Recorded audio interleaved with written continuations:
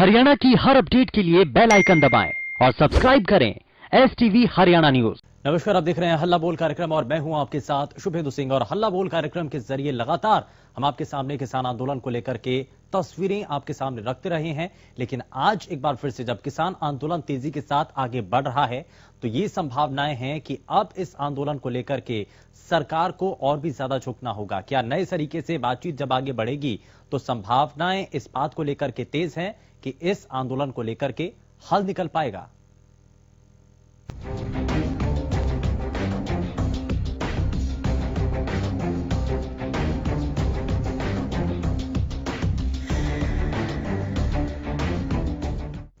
दरअसल दिल्ली से लगती हुई अलग अलग सीमाओं पर जहां पर धरना दिए जा रहे हैं, किसानों के द्वारा बीते एक लंबे समय तक अपनी बातों को रखा जाता रहा, ये कहते हुए कि कृषि क्षेत्र में सुधार होना चाहिए, लेकिन इसमें 3 कृषि कानून किसानों के लिए नुकसानदायक हैं।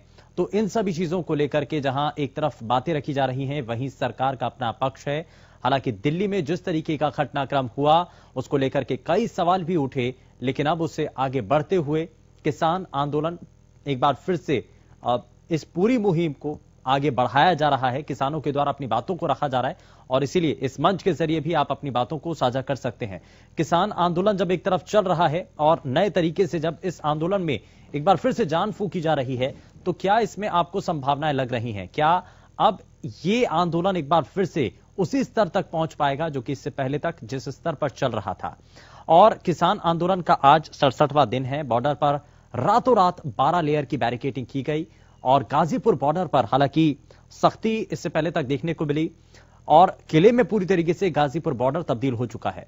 NH 24 को पूरी तरह से बंद किया जा चुका है। वहीं कृषि कानून के विरोध में आज जिस तरीके से नेता जो हैं वो अपनी प्रतिक्रियाएं दे रही हैं, और आप वहीं क्या आपको लगता है कि राकेश टिकैत जो कि रोते हैं, उनका एक मार्मिक का जो वो वीडियो सामने आता है उसको लेकर के इस आंदोलन को एक बार फिर से मजबूती मिल चुकी है। हालांकि हरियाणा के अंदर कई जगहों पर इंटरनेट सेवाएं बंद हो चुकी हैं और अब इसकी वजह से आम लोगों के लिए भी परेशानी हो रही है। बच्चों की पढ़ाई में इसमें नुकसान हो रहा है और वहीं साथ ही साथ इस दौरान अब देखा गया प्रधानमंत्री के द्वारा जब संबोधन किया गया और सर्वदलीय बैठक के जरिए जब बातें रखी गई तो उसमें प्रधानमंत्री ने कहा कि तिरंगे का अपमान देखकर देश दुखी है। सिंघू बॉर्डर पर एक और किसान की इस दौरान हालांकि मौत भी हुई है। ये कई चीजें हैं, हर एक घटनाक्रम को हमने आपके सामने रखा है और वहीं साथ ही साथ आपको बता दें कि एक लंबे वक्त से किसान इस आंदोलन में जुटा हुआ है। सवाल कई हैं। सवाल ये कि आखिर कब तक आखिर बॉर्डर पर ऐसे ही देश का अन्नदाता बैठा रहेगा? कब तक अपनी मांगों को मनवाने के लिए सरकार के सामने अपनी बातों को रखता रहेगा? और किसान अब इस आस में है कि जल्द से जल्द समाधान हो पाए। सरकार हालांकि ये चाहती है कि इस पर बात हो और बातचीत के जरिए हल निकाला जा सके, लेकिन ये सब कुछ कैसे होगा? आप विजय अहलावत चरखी दादरी से हमारे साथ कॉलर कार्यक्रम में जुड़ चुके हैं। विजय, बहुत स्वागत है आपका कार्यक्रम में। बताइए क्या कहना चाहते हैं। नमस्कार जी। नमस्कार जी, बताइए।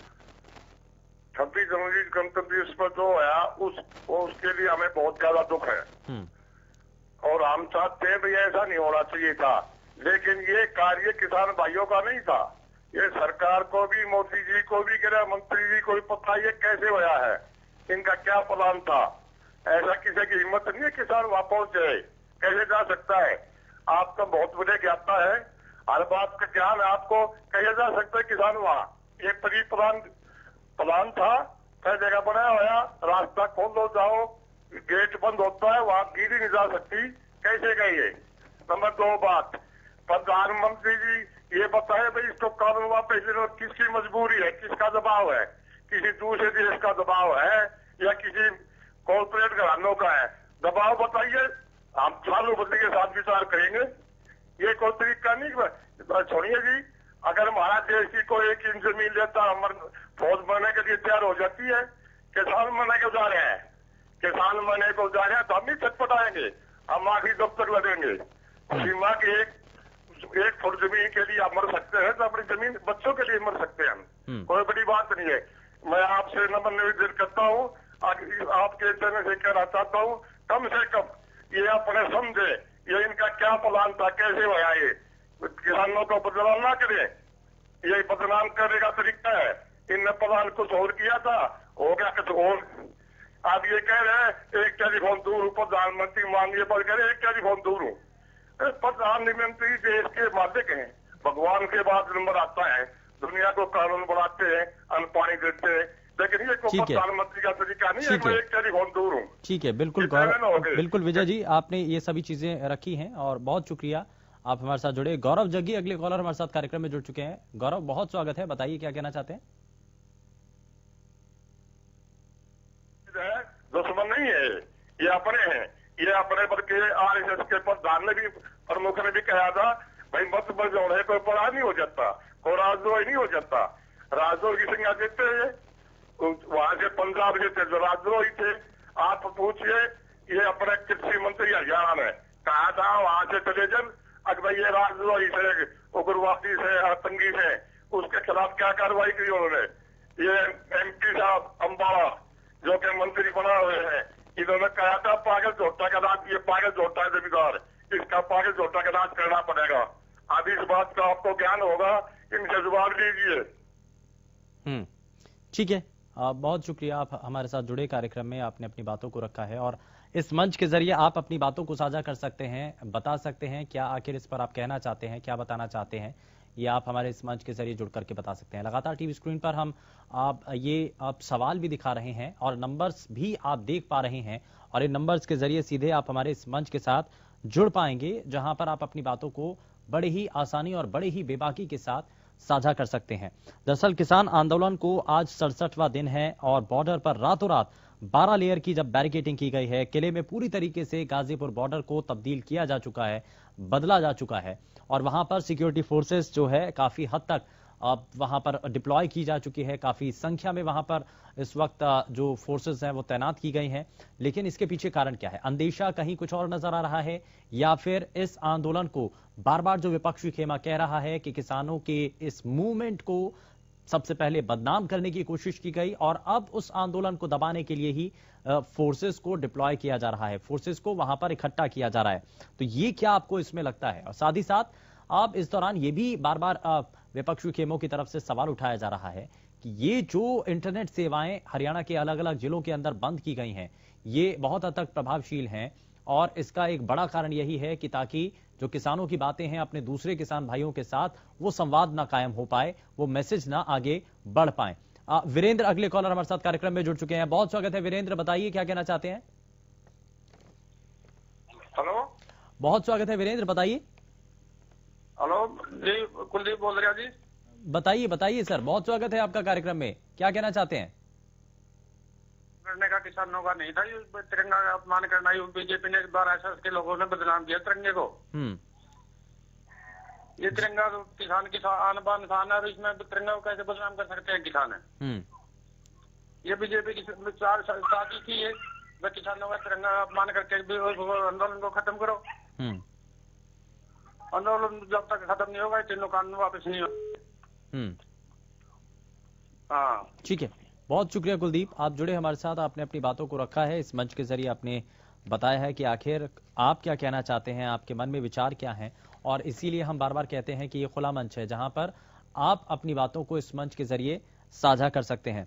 दरअसल आपको क्या लग रहा है कि आंदोलन को क्या बदनाम किया जा रहा है? विकास अगले कॉलर हमारे साथ कार्यक्रम में जुड़ चुके हैं। बहुत स्वागत है विकास, बताइए क्या कहना चाहते हैं। वो तो कर दिया। हाँ जी विकास, बहुत स्वागत है, बताइए। कदम से बोल रहे हूँ सर, मैं यही बोल रहे थे कि तिरंगा का अपमान किसानों इसने सरकार ने किया है, ऐसा के लोगों को उसमें आंदोलन में बांट कर। हाँ, ये किसानों ने बदनाम नहीं किया, किसानों को बदनाम करने की एक साजिश है ये जी। किसान तो अपनी लड़ाई शांति प्रिय, तो ये तो बदनाम करना हो तो 2 साल 2 महीने क्यों बैठते इस पे सड़कों पे। अपने खेत के लिए छोड़कर खेतों में वो सड़कों पे बैठे हैं, वो तो तब भी बदनाम कर सकते थे, उसी तिरंगों का अपमान भी कर सकते थे, लेकिन तिरंगे का अपमान किसान क्यों करेगा? जवान भी और किसान भी तिरंगे का अपमान नहीं कर सकता। ये तो बीजेपी ने अपमान किया तिरंगे का। हाँ, ये जब तक तीनों कानून वापस नहीं होगे ना किसान वापस मुड़ेगा जी। हाँ, अपने आखिरी दम तक ये तीनों कानून वापस दिलवा के रहेगा, या तो मरेंगे या तीनों कानून वापस हो गए बस। ठीक है, बहुत शुक्रिया विकास, आप जुड़े हमारे साथ, आपने अपनी बातों को रखा। तो विकास नयन जो कि अपनी बातों को साझा कर रहे थे, बता रहे थे कि आखिर किसानों के इस मूवमेंट को लेकर के, किसानों के इस आंदोलन को लेकर के आगे क्या हो सकता है। लेकिन आप इस पर क्या बताना चाहते हैं, क्योंकि एक तरफ किसान तैयार हैं, क्योंकि हाल फिलहाल में प्रधानमंत्री की तरफ से भी आह्वान किया गया, प्रधानमंत्री ने भी इस बात का जिक्र किया कि किसानों को आगे आकर के बात करनी चाहिए, एक बार फिर से बातचीत के सिलसिले को आगे बढ़ाना चाहिए और सिर्फ एक फोन कॉल दूर हैं, अगर किसान चाहें तो बात आगे बढ़ सकती है। तो एक तरफ किसान अगर तैयार हैं, किसान भी दूसरी तरफ ये कह रहे हैं कि हम भी पूरी तरीके से तैयार हैं, चाहते हैं समाधान हो। सरकार जब बार बार ये कह रही है कि हम तो पहले से ही इस बात को लेकर के आश्वस्त हैं कि आगे बातचीत होनी चाहिए और बातचीत के जरिए समाधान निकालना चाहिए, तो आखिर ये पेच फंसा कहां है, क्यों नहीं आगे बातचीत बढ़ पा रही है, क्यों नहीं आगे बातचीत को लेकर के कदम उठाया जा पा रहा है। तो दरअसल बॉर्डर पर देश का अन्नदाता अभी भी डटा हुआ है। बीते कई दिनों से लगातार किसानों के द्वारा अपनी बातों को रखा जा रहा है, ये आंदोलन चल रहा है और 2 महीने से ज्यादा का ये मूवमेंट यूं ही आगे बढ़ रहा है। लेकिन अब किसान इस आस में हैं कि जल्द से जल्द समाधान हो पाए। और आज जब मन की बात कार्यक्रम के जरिए देश के प्रधानमंत्री ने भी किसानों का जिक्र किया और कल की जो सर्वदलीय बैठक रही उसके दौरान भी यहां किसानों को संबोधित करते हुए सीधे सीधे इस दौरान कहा कि जिन मांगों को वो रखना चाहते हैं, जिस तरीके से वो सुधार के रास्ते इसमें देखना चाहते हैं, उन सभी चीजों को उसमें जोड़ा जा सकता है। लेकिन इसमें महत्वपूर्ण चीज ये है कि सबसे पहले बातचीत होनी चाहिए और बातचीत के जरिए ही इस पर आगे निर्णायक भूमिका नजर आनी चाहिए। तो बातचीत कैसे आगे बढ़ेगी, इसको लेकर के क्या आप कहना चाहते हैं, बता सकते हैं इस मंच के जरिए। लेकिन किसान आंदोलन का आज 67वां दिन है। बॉर्डर पर कई लेयर की सिक्योरिटी बढ़ाई जा चुकी है। संतो इस बीच हमारे साथ कॉलर कार्यक्रम में जुड़ चुकी हैं। बहुत स्वागत है संतो जी, बताइए क्या कहना चाहती हैं।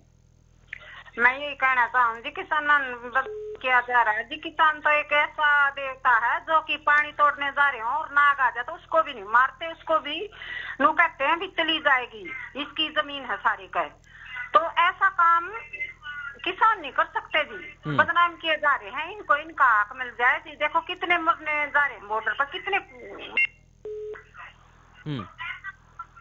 जी। तो ये है ना किसानों के साथ तो जी अच्छा नहीं हो रहा है।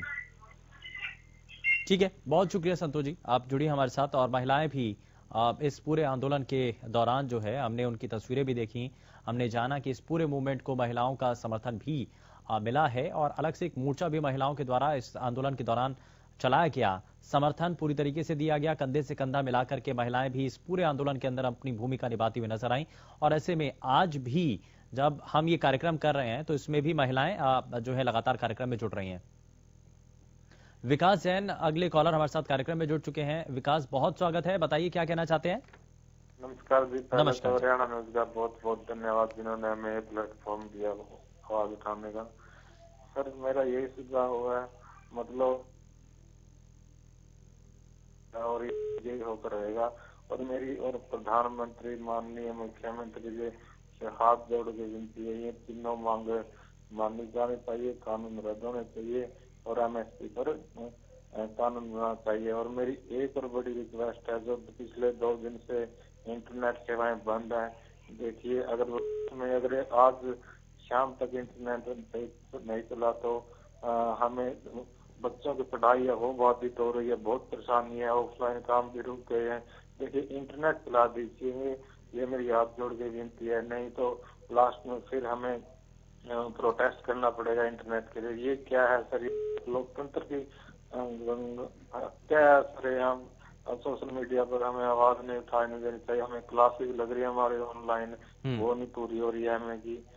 तो पढ़ाई बाधित है सर, बच्चे कैसे पढ़ेंगे। वैसे तो एक तरफ तो कहते हैं ऑनलाइन क्लासेस लगाने चाहिए, एक तरफ इंटरनेट बंद कर दिया जाता है। ये कौन सी दौरे पैमाने पर बातचीत कर रहे हैं जी, पहले तो ये नहीं समझ आता।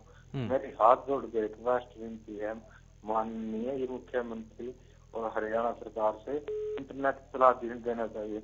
हम तो सर 600-700 रुपए का रिचार्ज करते हैं 3 महीने का, और 2 दिन हमारे कहते हैं क्या ये हमें आगे 2-3 दिन दिए जाएंगे, मतलब 90 दिन के अंदर, 84 दिन के अंदर।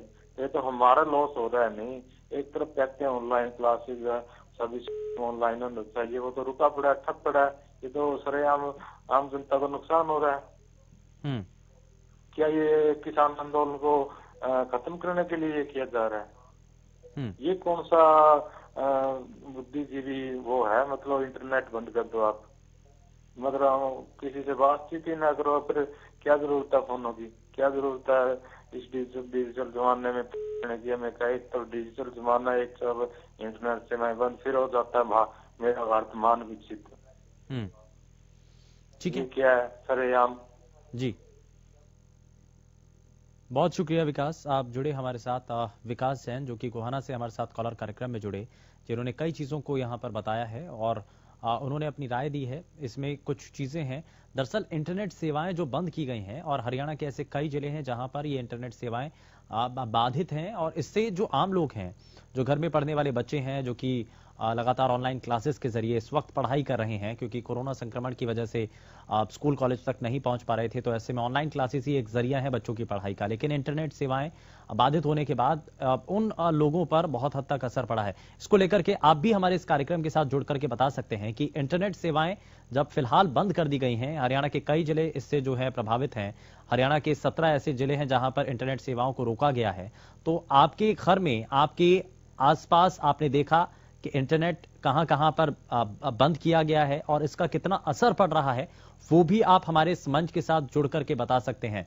और क्या इसके पीछे आपको कारण लगता है, क्योंकि कई यहां पर जैसे कि इससे पहले भी हमारे साथ जो कॉलर जुड़े विकास, उन्होंने कहा कि इसमें जो है एक तरीके का षड्यंत्र है कि आप जो इंटरनेट सेवाएं हैं वो इसलिए रोक दी गई हैं ताकि जो किसान है उसका जो मूवमेंट चल रहा है वो एक बार फिर से उसी तरीके से वापस उस स्वरूप में ना आ जाए। कहीं जितनी संख्या में किसान आज हैं, कहीं वो वापस से दोबारा जो अलग अलग इलाकों से किसान हैं वो वापस से धरना स्थल पर ना आए, इसलिए ये सब कुछ किया जा रहा है। कांता इस बीच हमारे साथ अगले कॉलर कार्यक्रम में जुड़ चुकी हैं। कांता, बहुत स्वागत है आपका कार्यक्रम में। बताइए कांता जी, क्या कहना चाहती हैं?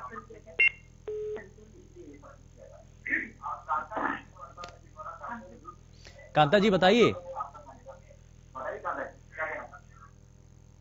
ये इंटरनेट बंद करके बच्चों का स्कूल का काम आता है, बच्चों की पढ़ाई खराब हो रही है, ये क्या बात है?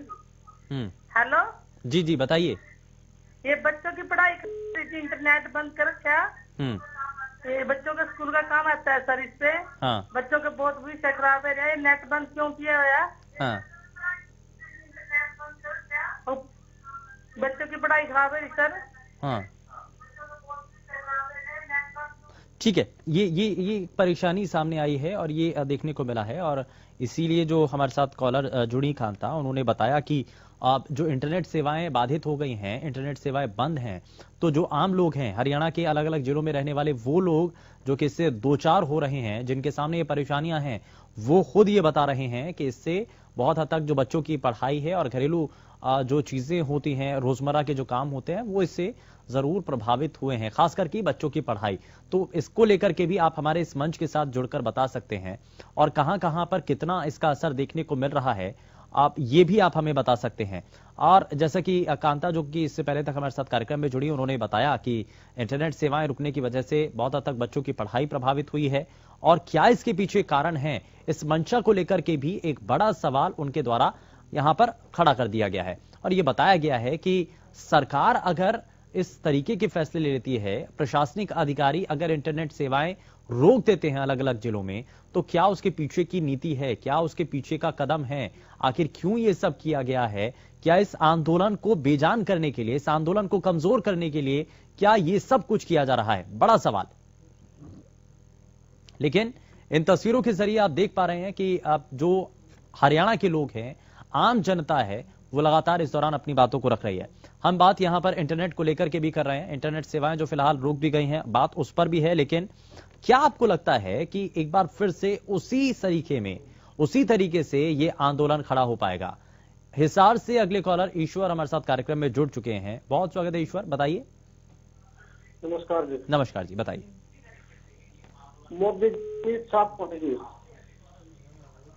मोदी जी के लिए साफ होने जो कल भी बोला था, प्रस्ताव दे रहा है, एक पोल दूर हूँ, जो देश ने खपवा देगा जो नाम शामिल करवा दिए, किसान नाम शामिल करवा दिए, इसके नीति साहब अंग्रेज वाली नीति अपना रहा है, इसके फूट डालो राज करवा रखा है।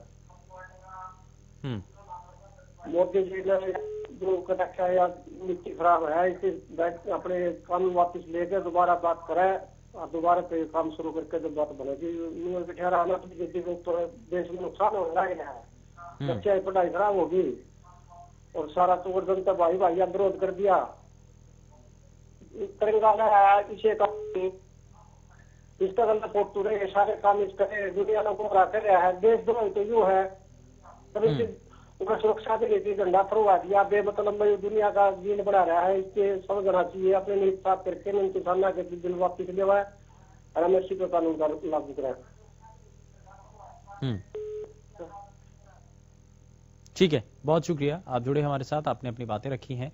लेकिन यहाँ लगातार आप इस मंच के जरिए, इस कार्यक्रम के जरिए आप हरियाणा वासी अपनी बातों को रख रहे हैं, बता रहे हैं क्या इस पर उनको लगता है, क्या इस पर उनका मानना है। लेकिन आखिर बड़ा सवाल यही बना हुआ है कि दिल्ली से लगती हुई सीमाओं पर, अलग अलग जगहों पर, चाहे हरियाणा के अलग अलग हिस्से हों, जहां पर इस वक्त ये धरना दिया जा रहा है, क्या यूं ही ये धरना ऐसे ही चलता रहेगा और कब तक चलता रहेगा, ये बड़ा सवाल इस वक्त बना हुआ है।